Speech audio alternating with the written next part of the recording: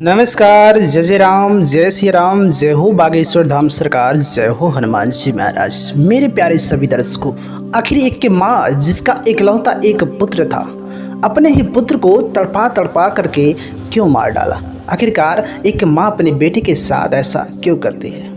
यह कहानी बहुत ही दर्दनाक कहानी, बहुत ही ज़बरदस्त कहानी है।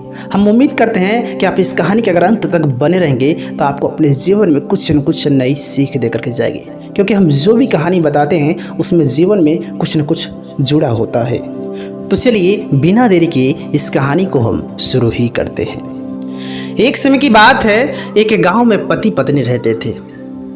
पति बहुत शांत स्वभाव का था, लेकिन पत्नी बहुत ही खड़ूस स्वभाव की थी। वह गांव में रहती थी, अपने अगल बगल के लोगों से कभी भी किसी से भी झगड़ा कर लेती थी। वो इतनी खड़ूस थी कि अगल बगल के लोग उससे बातें तक करना नहीं चाहते थे, लोग उसके मुंह नहीं लगना चाहते। वो बहुत ही खड़ूस स्वभाव की थी। लेकिन वहीं पर उसका जो पति था ठीक उसके विपरीत था। उसका पति बहुत शांत स्वभाव के था। वह अपनी पत्नी को जानता था कि मेरी पत्नी बहुत झगड़ेली है, बहुत जो है खड़ूस स्वभाव की है, किसी से भी झगड़ा कर लेती। वो अपनी पत्नी को हमेशा समझाता रहता था कि किसी से झगड़ा नहीं करना चाहिए, शांत स्वभाव बना करके रखना चाहिए। तुम ऐसा जीवन में कार्य करो कि जिससे किसी का दिल ना दुखे, कभी भी किसी का दिल नहीं दुखाना चाहिए। तुम मेरी पत्नी हो, इस वजह से मैं तुम्हें समझा रहा हूँ। अभी भी समय है, तुम सुधर जाओ। उसका पति बहुत ही दानवीर था। उसके दरवाजे पर कोई भिक्षुक आ जाए उसे भोजन देता था, उसे दान पुण्य किया करता था। कोई भिखारी आ जाए उसे दान दिया करता था। कोई बेजुबान जानवर आए, चिड़िया आए, पक्षी आए, सबको भोजन कराता था। वह बहुत ही नेक दिल का, बहुत नेक विचार का आदमी था। लेकिन ठीक उसकी पत्नी उसके विपरीत थी। अगर उसके दरवाजे पर कोई भिक्षुक आ जाए, कोई बेजुबान जानवर आ जाए, कोई भिखारी आ जाए, कोई भूखा आ जाए, अगर उसका पति घर पे नहीं है तो वह तुरंत डंडे मार के भगा दिया करती थी। जानवर को तुरंत डंडे मारती थी, इंसान हो तो उसे तुरंत भगा दिया करती थी। उसकी पत्नी बहुत खड़ूस थी। उसका पति न रहे तो वह किसी को भोजन नहीं कराती थी, न किसी को भिक्षा देती थी। उस औरत का मात्र एक इकलौता पुत्र था। जिस प्रकार से अपने थी, जिस माहौल में अपने ढल गई थी, उसी माहौल में उस बच्चे को भी ढाल रही थी। उससे भी कहती थी कि अगर तुम कोई झगड़ा करते उसे मारपीट करके चले आना। उसे मारपीट करना ही सिखाते थे, उसे अच्छे संस्कार, अच्छे स्वभाव नहीं सिखाते थे। उस बच्चे को हमेशा गलत रास्ते पे चलने के लिए सिखाया करती थी। मात्र एक इकलौता पुत्र था उसका। वह बेटा भी जैसे जैसे बड़ा होता है बहुत ही झगड़ालू किस्म का होता है, बहुत ही हिंसक होता है। उसके अंदर थोड़ी भी दया नहीं होती है। वह अपनी माँ की तरह एकदम उसी के माहौल में वह ढल गया था, बहुत हिंसक और झगड़ालू टाइप का हुआ। बेटा और माँ दोनों एक ही रास्ते पे चल चुके थे। पति बेचारा बहुत परेशान रहता था।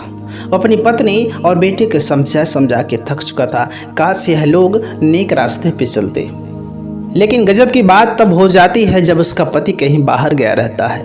उसके दरवाजे पे एक साधु महात्मा की दस्तक होती है। यह दरवाज़ा खोलती है। दरवाज़ा खोलते ही वो साधु महात्मा कहते हैं कि तुम्हारा पति कहाँ है। यह कहते हैं कि लो, अब तुम मेरे पति को ढूंढ रहे हो, मेरे पति से तुम दान मांगोगे, कहोगे भूखे हैं, प्यासे हैं, तुम मेरे पति को ढूंढ रहे हो। ये बहुत ही खड़ूस स्वभाव की थी। ये किसी से सीधे मुँह से बात नहीं करती थी। अब औरत साधु महात्मा को कहती है कि तुमको पता है कि मैं भिक्षा नहीं दूंगी, तुम चुपचाप यहाँ से चले जाओ। तो वो कहते कि अरे मुझे भिक्षा नहीं चाहिए, मुझे तुम्हारे पति से मिलना है, मैं उनका दोस्त हूँ। वह कहती कि अरे तुम इतने गरीब फटेहाल स्थिति, तुम मेरे पति का दोस्त, ऐसा संभव नहीं हो सकता। तुम गरीब भिखारी फटेहाल स्थिति में तुम मेरे पति का दोस्त कभी नहीं हो सकते। अब वह साधु महात्मा बार बार कोशिश करता है कि अपने पति से मिला दे, लेकिन वह महिला दुत्कार करके उस साधु को भगा देती है। जब यह महिला उस साधु बाबा को दुत्कार करके खेत देती है, भगा देती, साधु बाबा जाकर एक वृक्ष के नीचे बैठ जाते हैं। उसी के बगल में एक घर रहता है, उसमें भी पति पत्नी रहते हैं। वो देखते हैं कि साधु बाबा बहुत देर से वहाँ पर बैठे हैं। वह जाकर कहते हैं कि साधु महात्मा आप बहुत देर से यहाँ पर बैठे हैं, आपको भूख भी लगी होगी, कृपया करके आप मेरे घर चलिए, मैं आपको भोजन कराता हूँ। वह साधु महात्मा कहते हैं कि ठीक है, मुझे भूख भी लगी है, लेकिन मैं अपने दोस्त का इंतज़ार कर रहा हूँ। वह पति पत्नी कहते हैं कि साधु बाबा ठीक है, आप अपने दोस्त का इंतज़ार कर लीजिए, लेकिन उससे पहले आप चल के भोजन ग्रहण कर लीजिए। वह लोग कहते कि साधु बाबा, आप इस वृक्ष के नीचे क्यों बैठेंगे, आप इसीलिए मैं आपको एक कमरे देता हूँ, वहीं पर आप विश्राम करिएगा। उसके बाद उन्होंने कहा कि बाबा जी, आपकी आखिरकार आपका दोस्त जो है कौन है। उस साधु बाबा ने बोले, फला नाम का आदमी मेरा दोस्त है। ये लोग बोले, वह तो मेरा भी दोस्त है, बहुत नेक दिल का इंसान है, लेकिन उसकी पत्नी बहुत ही खड़ूस है। ये साधु महात्मा कहते हैं, ये तो मैंने भी देखा कि उसकी पत्नी कितनी खड़ूस है, मुझे दुत्कार करके अपने घर से बाहर भगा दिया। वह मेरा सम्मान तक नहीं किया, न तो मुझे भोजन कराया न कुछ कराया, वह भगा दिया। वह साधु बाबा कहते हैं कि क्या आप लोग मेरे दोस्त से मुझे मिला सकते हैं। उन लोगों ने कहा कि क्यों नहीं, वो जब भी आता मैं आपको मिला दूंगा, लेकिन जब तक वह नहीं आता तब तक आप मेरे घर पे इस कमरे में विश्राम कीजिए। अब ऐसे एक दिन बीत जाते हैं और साधु बाबा ने कहा, उसकी पत्नी के अलावा उसके घर में और कौन रहते हैं। उन लोगों ने कहा कि बाबा जी, उसके घर में एक बेटा भी रहता है। उसने कहा कि क्या आप उसके बेटे से मिलवा सकते। उन लोगों ने कहा कि हाँ बाबा जी, बेटे से मिलना तो बहुत आसान है। उन लोगों ने उसके बेटे के पास लेकर के गए, वह देखे कि बेटा खेल रहा है। खेलते खेलते एक पत्थर उठाता और एक बच्चे को चोट पहुंचा देता है। वह लड़का उस लड़के को पत्थर से मार करके सर फोड़ देता है, ब्लीडिंग होने लगती है। साधु बाबा के पास लड़के को पकड़ के लाते हैं। साधु बाबा ने कहा कि बेटे, तुमने क्या यह अच्छा कार्य किया है, उसके सर को फोड़ दिया है, तुमने बहुत गलत कार्य किया। उस लड़के ने कहा कि आखिरकार आप कौन होते हैं मुझे समझाने वाले, आप कौन हैं। उसने कहा कि चलो बेटा मेरे साथ चलो। इतना धीर गंभीर आवाज़ में बात किए, कितना धीर गंभीर आवाज़ में कभी किसी ने बातें नहीं किया। इतना प्यार से बातें करने के बाद वो लड़का जाने के लिए तैयार हो जाता है। अब उस लड़के को लेकर के साधु बाबा उस मकान में जाते हैं जिस मकान में वह रहते थे। इस कमरे में जाने के बाद कहते हैं कि बेटा, मैंने सुना तुम्हारे पिता बहुत नेक दिल के इंसान हैं, लेकिन तुम्हारी माँ के बारे में लोग बहुत बुरा बात कहते हैं। उस लड़के ने कहा कि हाँ, मेरी माँ के बारे में बुरा कहा, इस वजह से मैंने उस लड़के का सर फोड़ दिया। साधु बाबा ने कहा कि देखो बेटा, अगर तुम सही हो जाओगे तुम्हारी माँ भी सही हो जाएगी। तुम नेक रास्ते पे चलोगे तो तुम्हारी माँ भी नेक रास्ते पे चलेगी। साधु बाबा ने बैठा करके उसे कुछ ऐसा ज्ञान दिया। बहुत धीर गंभीर हो करके वह लड़का बाबा जी के ज्ञान की बातें सुनता रहा। बाबा जी ने कुछ मंत्रों के ज्ञान भी बताया। उसके बाद बाबा जी ने कहा कि बेटे, तुम अभी कैसा महसूस कर रहे हो। वह लड़का कहा कि बाबा जी, आपने जितनी बातें बताई कुछ बहुत सच्ची लगी, मुझे बहुत अच्छा लगा आपके ज्ञान की बातें। उस लड़के ने कहा कि बाबा जी कुछ और बातें बताइए ना। बाबा जी ने कहा कि नहीं बेटे, आज के लिए बस इतना ही। तुम ऐसे मेरे पास आते रहना तो मैं एक से एक अच्छी ज्ञान की बातें बताता रहूँगा, लेकिन तुम घर जा करके मैंने जिन मंत्रों को बताया उन मंत्रों को उच्चारण करके भगवान की भक्ति के भाव करना, भगवान का पूजा पाठ करना। देखना तुम्हारे दिन पे दिन सुधरते जाएंगे। तुम जो अपनी माँ के जैसे हो गए हो, तुम्हारे अंदर सुधार हो जाएगी।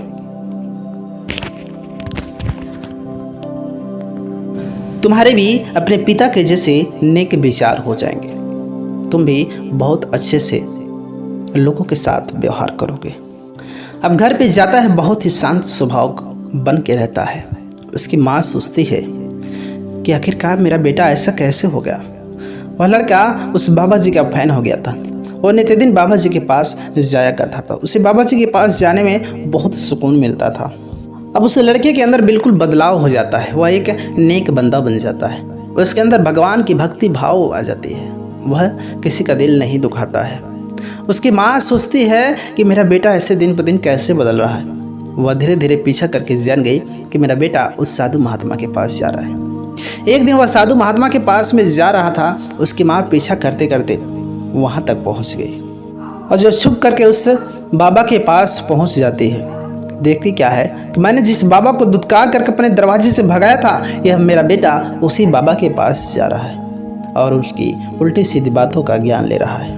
वो वहाँ पर जा कर के बाबा को बहुत खरी खोटी सुनाती है। लेकिन जो लोग भगवान के भक्त होते हैं, सच्चे हृदय से जो भगवान को मानते हैं, उन्हें कोई कुछ भी कह दे, उनके अंदर सहन शक्ति होती है। वो अपने अंदर सहन शक्ति की क्षमता रखते हैं, कोई कुछ भी कह दे वो कभी जवाब नहीं देते हैं। लेकिन एक माँ ही जो है अपने बेटे को बना सकती है या बिगाड़ सकती है। एक बाप जो होता है बहुत कम समय अपने परिवार और बच्चों के साथ दे पाता है, वो बाहर कमाने के चक्कर में अपने परिवार के साथ टाइम नहीं दे पाता है। इस वजह से बच्चे की परवरिश, बच्चे की ज्ञान जो माँ करेगी वही होता है। माँ जैसा चाहेगी वैसा ही बच्चा बनता है। इस प्रकार से इसकी माँ इसको एकदम खड़ूस बना दी थी। इस वजह से बच्चा जब से साधु बाबा के पास में आया तब से इसके बुद्धि विवेक विचार में बदलाव हो गए। और यह औरत उस साधु बाबा के पास में आई और उनको खरी खुटी सुनाई। वह लड़का बार बार अपनी माँ को चुप कराता कि माँ चुप हो जाओ, ये बहुत बड़े ज्ञानी बाबा हैं, महापुरुष हैं, तुम इनको ऐसी खरी खोटी मत सुनाया करो, उनकी बद्दुआ मत दिया करो, ऐसी गालियाँ मत दिया करो। वो अपनी माँ के मुख को हमेशा चुप करा रहा था। लेकिन उसने कहा कि तुम चुप रहो, तुमको नहीं पता ये ढोंगी हैं, ऐसे लोगों के साथ तुम रह करके बिगड़ जाओगे। तुझे यह जादू टोना करके अपने बस में कर लिया है। वह माँ अपने बच्चे को घसीट करके घर पे लेकर के आती है। शाम के समय जब उसका पति घर पे आता है तो वह कहती है, देखो जी, एक साधु बाबा आया था, वो अपने आप को आपका दोस्त बता रहा था। मैंने उसे घर से दुत्कार करके भगा दिया, उसके बावजूद उसने मेरे बच्चे को अपने जाल में फंसा लिया। उसने कहा कि कौन? उसके पत्नी उस साधु बाबा के बारे में बताती। जैसे उसके पति को उस साधु बाबा के बारे में पता चलता, दौड़ते हुए उस साधु बाबा के पास में जाता है। वह कहता है कि महात्मा जी, आप मेरे घर चलिए, आप, मेरी पत्नी ने आपको जो कुछ भी कहा उसके लिए मैं आपसे माफ़ी मांगता हूँ, लेकिन आप मेरे घर पर चलिए, आप हमारे यहाँ रहिए, हमारे यहाँ भोजन ग्रहण करिए। आपको जो कुछ भी होगा मेरा बेटा आपका सेवा करेगा। मेरा बेटा बिल्कुल आपके जैसे हो गया है, आपसे ज्ञान प्राप्त कर लिया है, बिल्कुल आपके जैसे हो गया है। इस तरीके से वह व्यक्ति उस साधु बाबा को अपने घर पे लेके आता है। और घर पे लाने के बाद उसकी पत्नी जैसे ही देखती है, उसकी पत्नी का दिमाग एकदम खराब हो जाता है। वो अपने पति से गुस्साते चिल्लाते उसका पति खींच करके 2 चाटा देता है। उसके बाद वह औरत बिल्कुल शांत हो जाती है। अब तो वह बाप और बेटे मिलकर अपने घर में शरण दिए और बाबा का खूब सेवा सत्कार किया करते थे। उसके बाद साधु बाबा को देखकर उसकी पत्नी बहुत जलती थी कि ये लोग मेरे घर में आकर के कैसे ऐसे रह रहे हैं। उसको बहुत ही जलन होती थी। वो सोचती थी कि मेरा पति नहीं रहता तो मैं इस पखंडी साधु को मार देती। वो रोज उस साधु बाबा के कमरे में बैठ करके भगवान की भक्ति भाव किया करते थे। वह बेटा जो कोई काम नहीं करता था वह भी जिम्मेदारी संभाल लिया था। अब वह बच्चों के साथ खेलना कूदना भी बंद कर दिया था। बच्चे आते थे उससे बुलाने, लेकिन वह मना कर देता था। उसे तो अब उस साधु महात्मा के पास में रहकर बहुत ही सुकून मिलता था। भगवान की भक्ति भाव, भगवान की कथा सुन के उसे बहुत ही अच्छा लगता था। उस लड़कों से कहता था कि मुझे जो चाहिए था वह मुझे मिल गया, अब मुझे कहीं खेलने जाने की ज़रूरत नहीं है। वह महिला ये सब नज़ारा देखकर बहुत दुखित होती थी कि मेरे बच्चे को साधु अपने मोह माया जाल में फंसा लिया है। उसे बहुत उस साधु पे गुस्सा आता था कि किसी दिन मौका मिले तो मैं इसे जान से मार दूँ।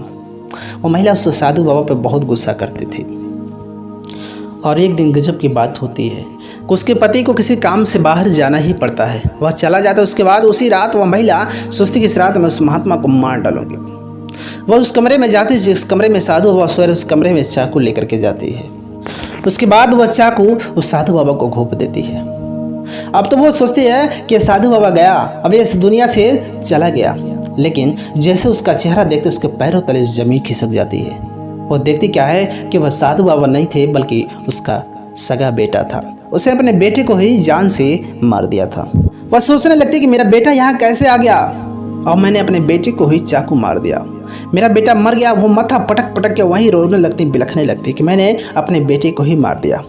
और यह खबर आग की तरह पूरे गाँव में फैल जाती है। लोग वहाँ इकट्ठे हो जाते हैं। सुबह होते होते उसका पति भी वहीं पर आ जाता है। लोग कहते हैं कि एक माँ ने अपने बेटे को ही मार दिया। उसका पति आता है, कहता है कि तुम कितनी बड़ी अभागी हो, कितनी बड़ी कलंकित हो, तुमने अपने बेटे को ही मार दिया। अरे तुमसे अगर नहीं होता था भक्ति भाव, बेटा अगर नेक रास्ते पे चलता था, भक्ति भाव करता था, तो तुमने उसे क्यों चाकू मार दिया? तुमने उसे जान से क्यों मार दिया अगर वह भगवान की भक्ति भाव ही करता था? लेकिन वह औरत मन ही मन अपने आप को कोस रही थी, क्योंकि उसका वो कलेजे का टुकड़ा था। अब लोगों से कैसे कहे कि वो अपने बेटे को नहीं बल्कि वह साधु को मारने गई थी, उस महात्मा को मारने गई थी। लेकिन बदकिस्मती से उसके लड़के की जान चली गई। वो तो अपने बेटे से बहुत प्यार करती, बहुत मानती थी। उसका एक कलेजा इकलौता टुकड़ा था। उसने कहा अपने पति से कि मैं अपने बेटे के नहीं बल्कि साधु महात्मा को मारने थी। उसका पति कहता है कि क्या बात करते तुम, साधु महात्मा को क्यों मारने के, उसने वो आपका क्या बिगाड़े थे। वो साधु बाबा कहते हैं कि नहीं नहीं, इसमें किसी का नहीं, मेरा दोष है, यह तो मुझे मारने आई थी, लेकिन इसकी गलती का पाप इसके बेटे को भुगतना पड़ा। लेकिन क्या करेंगे, जो विधाता ने लिखा वो तो होना ही था। मैं तो यहाँ सोने वाला ही था, लेकिन मैं तपस्या में लीन था। आपका बेटा ने कहा कि गुरुजी मैं जा करके आपके बिस्तर पर सो जाता हूँ।